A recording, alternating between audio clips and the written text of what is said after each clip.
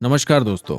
आज मैं आपको एक ऐसे स्पेस मिशन के बारे में बताने वाला हूं जो इंसानों के लिए फ्यूचर स्पेस एक्सप्लोरेशन को कम्प्लीटली बदल सकता है। दरअसल इसरो ने एक यूनिक एक्सपेरिमेंट की घोषणा की है जिसमें इसरो पहली बार पालक, लोबिया और बैक्टीरिया को स्पेस में भेजेगा। सोचिए, हम वेजिटेबल्स को स्पेस में ग्रो करने की कोशिश करने जा रहे हैं। क्यों, है ना इंटरेस्टिंग? दोस्तों, इस मिशन को इसरो ने नाम दिया है पोयम, यानी कि PSLV ऑर्बिटल एक्सपेरिमेंटल मॉड्यूल, और इसे PSLV C60 के थ्रू लॉन्च किया जाएगा। लेकिन सवाल उठता है कि इसरो ऐसा एक्सपेरिमेंट क्यों कर रहा है।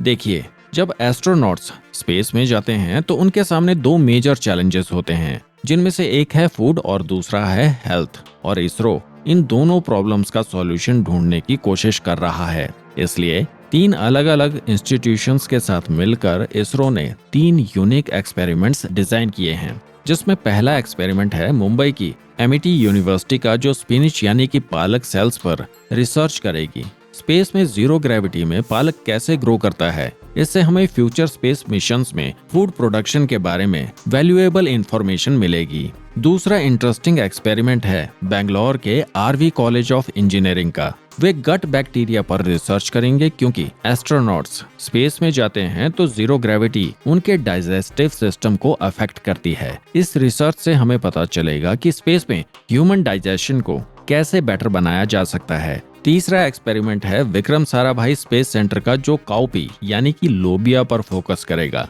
ये रिसर्च फ्यूचर स्पेस स्टेशन में सस्टेनेबल फूड प्रोडक्शन के लिए क्रूशल है। इस पोएम मिशन की एक यूनिक बात यह है कि ये 3 महीने तक स्पेस में रहेगा और कंटिन्यूस डाटा कलेक्ट करेगा। PSLV रॉकेट का 4th स्टेज, जो नॉर्मली वेस्ट हो जाता है, उसका यूज करके इस एक्सपेरिमेंट को किया जाएगा। ये एक तरह से स्पेस डिब्रीज को कम करने का एक इनोवेटिव तरीका है। ये मिशन सिर्फ एक एक्सपेरिमेंट नहीं है, बल्कि भारत के एम्बिशियस स्पेस प्लान का एक इम्पोर्टेंट स्टेप है।